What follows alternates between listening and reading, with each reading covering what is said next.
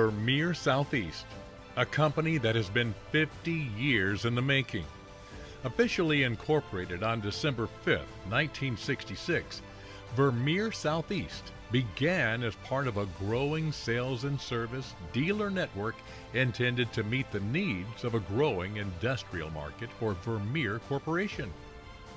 Two young Vermeer employees from Iowa decided to move south and establish an independent dealership in Florida, and shortly after, in Georgia. Their story is one of faith, determination, and plain old hard work. I got out of high school. I went to a business college in Des Moines for a while, and after going there for some time, an opportunity came up to be interviewed at Vermeer, and I went for the interview and apparently passed the interview, but they didn't have a position at that particular moment. Vermeer Manufacturing Company decided to go on a bookkeeping machine, a mechanical bookkeeping machine, which was pre-computer, obviously. And so they, as it turned out, they hired me to run that mechanical bookkeeping machine. At that point in time, the office manager decided to resign and do something different. So consequently, I did in fact take over the office manager position. I had known Mel from the time he was about 10 years old. His brother was my best friend in high school, and so that's how I got linked up with Mel. Consequently, it became kind of a natural thing when Mel was in the territory and he had a question to ask or a report to make. He would typically make the report to me as opposed to the sales manager. And about that point in time, Vermeer started the opportunity for folks to open a retail sales and service facility in various locations around the country, and that obviously intrigued me. Florida was wide open, so Mel and I discussed, along with the management of Vermeer, the possibility of opening a store here. That consummated by my resignation from the factory. I knew Merle back for many years, and being around Pella, and he worked at the factory and decided the factory was opening up some branch operations that were selling just Vermeer products, and we started a discussion about that this might be a good idea, something that we would like to build a future on. And so we decided to open up a store in Orlando, Florida. I had a little experience down here, so I knew a little bit about what was going on in the territory. But yes, we had some questions about whether we could make this thing fly or not. But when you're young, you're about in your 20s and so forth, you don't look too much down the road. You look more at, okay, can we handle it now? And so we decided to go for it. And so we started making plans to open up the business. Then in 1968, we had the opportunity to take over some equipment of a multi-line dealer here in Atlanta, and we opened up the Marietta store in May of 1968, and from there it just progressed into another one. So we tried to use business principles of honesty and integrity, and recognizing that we weren't the ultimate owner of the business, that our mandate came from above. And so we recognized the presence and dominance of God in our operations, and we never lost sight of that throughout.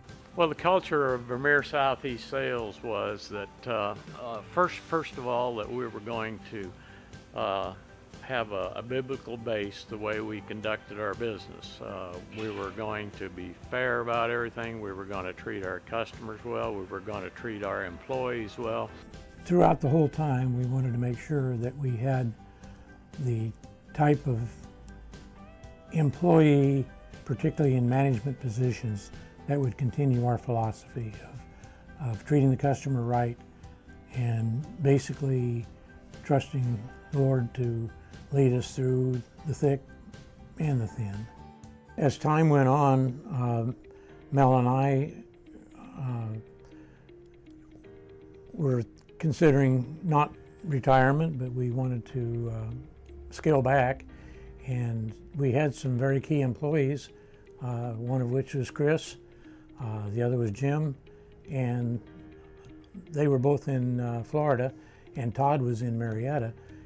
After we were in business for, I guess, close to 30-some, almost 40 years, we decided that we needed to look into the future as far as what we were going to do to continue the business.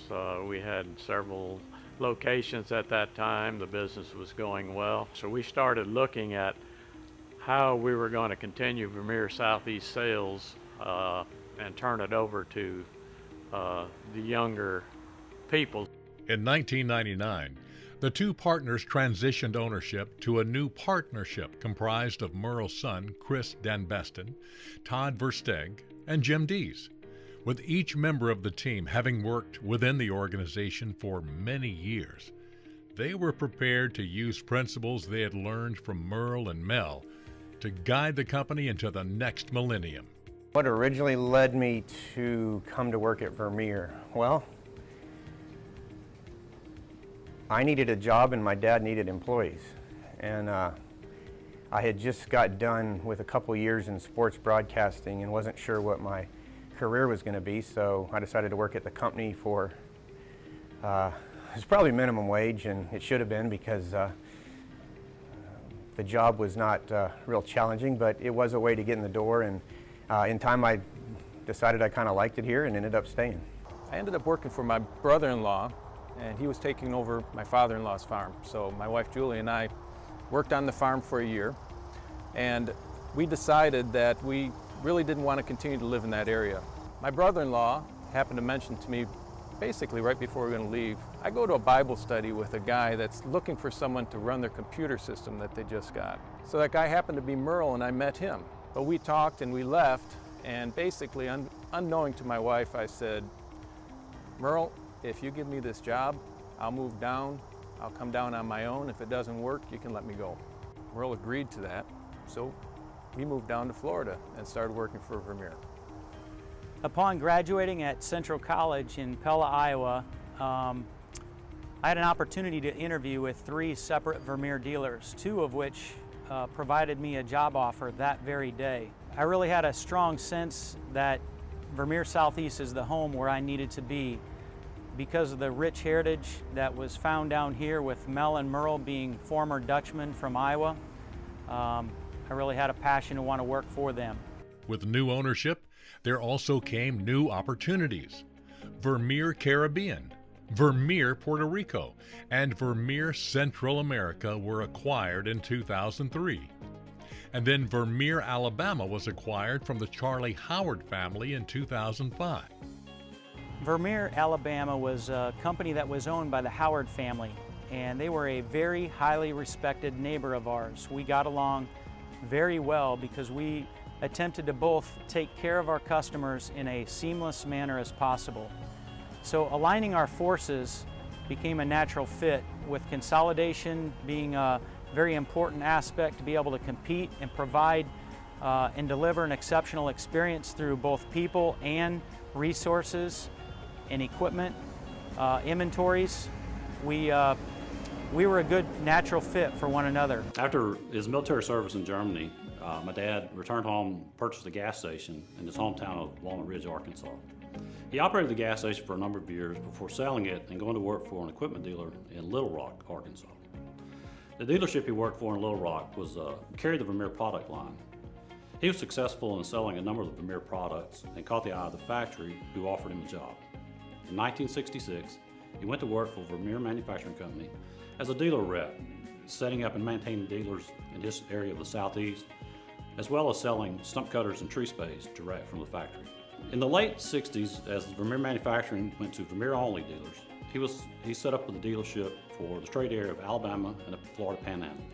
He operated that dealership for 36 years until it was sold to Vermeer Southeast in 2005. Well, I've observed a lot of changes over the years.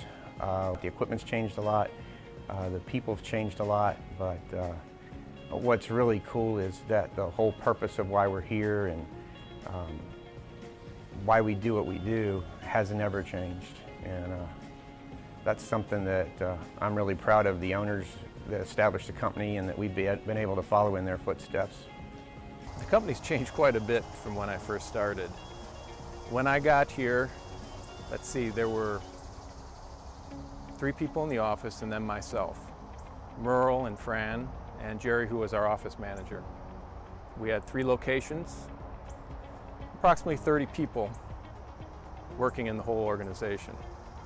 So clearly the company has changed considerably in the amount of business that we do and in the number of employees, but in many ways the company hasn't changed. The company was originally founded by these 2 guys that had a strong belief of running a company with integrity and according to their personal beliefs, and that still continues. Now I happen to be part of that ownership group with Todd and Chris, but we still have those strong beliefs and those strong values. To stay true to our values, to stay true to what God's called us to do. And we've seen an incredible expansion of our product line. The technology has changed immensely, along with the automation and sophistication of our products. And with those changes came the need for Vermeer Southeast to continue to be innovative and creative in how we take care of our customers. Critical turning points for Vermeer Southeast. The biggest one that comes to mind is when Vermeer came out with directional boring equipment. It kind of put us in a whole new market, and it was a much bigger market than we anticipated. And we invested in that and put a lot of time and effort into it, and it really paid off. I would have to say in the nearly 30 years that I've been with Vermeer Southeast, the largest critical turning point of our organization was back during the Great Recession. One of the most important aspects of being able to get through that difficult time was to improve our level of customer service. We decided that it was very important to invest in our relationships with our customers by forming as many relationships to them as we can. The second thing that we had to focus on during the downturn is the culture of Vermeer Southeast. The scoreboard that we looked at wasn't only profitability, but it goes back to the foundation of Vermeer Southeast. It was a God thing. It's how we treat our employees, it's how we treat our customers, and it's how we serve one another. And when you do those things and you work on relationships, that financial scoreboard will take care of itself. Oh man, the recession taught us a lot of things. One thing it taught us is bigger isn't always better. We had to close down some stores, make some difficult decisions, get right-sized. We had to do a lot of things, and though they were difficult, it was a time of learning, a time of growing and strengthening. And I think more than anything, it showed that our values and our purpose were actually more important in tough times than they were in the good times.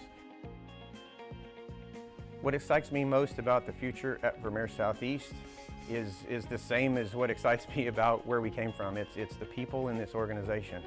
It's the team that we have in place that not only is carrying us through today, but will carry us into the future. We have some great young leaders coming up. We've got people coming on board that are fitting the culture and doing the work, and I just feel great about Vermeer Southeast because of our people and our team. Vermeer employees are, first let me tell you, it's a pleasure to work with every Vermeer Southeast employee. I feel honored every time I get to walk into a store or rub shoulders with all the folks in our organization.